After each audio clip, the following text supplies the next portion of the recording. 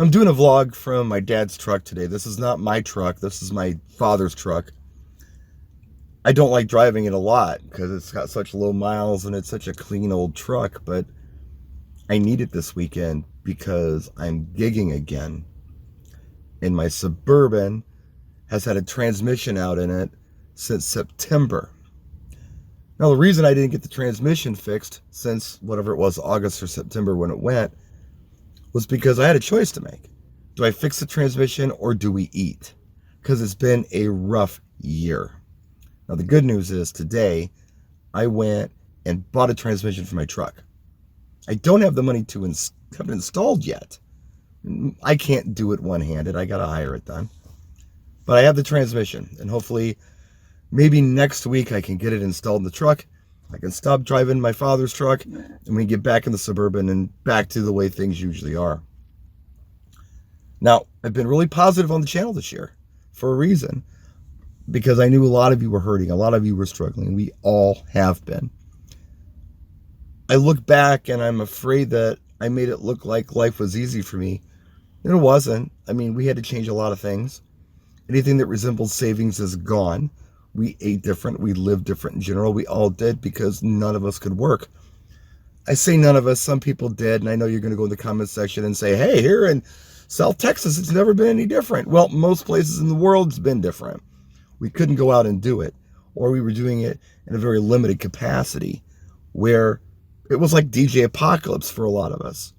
You just can't work. You've got no choice but to sit it out. A lot of people took jobs. I've heard all kinds of stuff in confidence from others where they've taken jobs for DoorDash or for Amazon or whatever just to pay the bills. And you know what?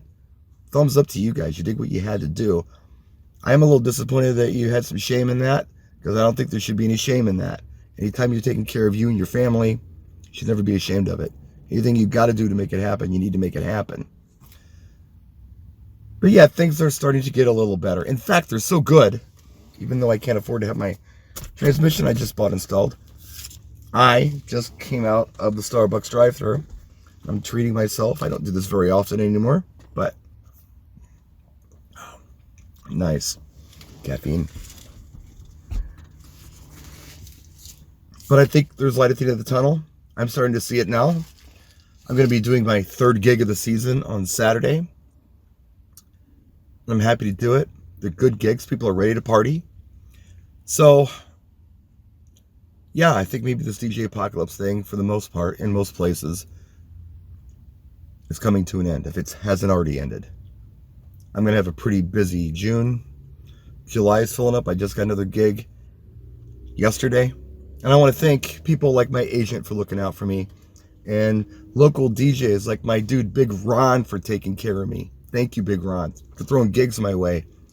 Thanks to DJ Art for hooking me up with lighting gigs and stuff that he didn't have to do, but he did, just to help me keep the lights on in my home.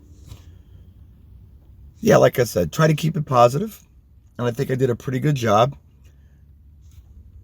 And I will continue to try to keep it positive. But now that we're kind of on the back end of things, like I said, hey, look, guys, it's been rough for everybody. But you know what? If you're watching this video, you survived. And I don't know. Here is to a very successful end of the DJ Apocalypse, spring, summer 2021. Practice and enjoy.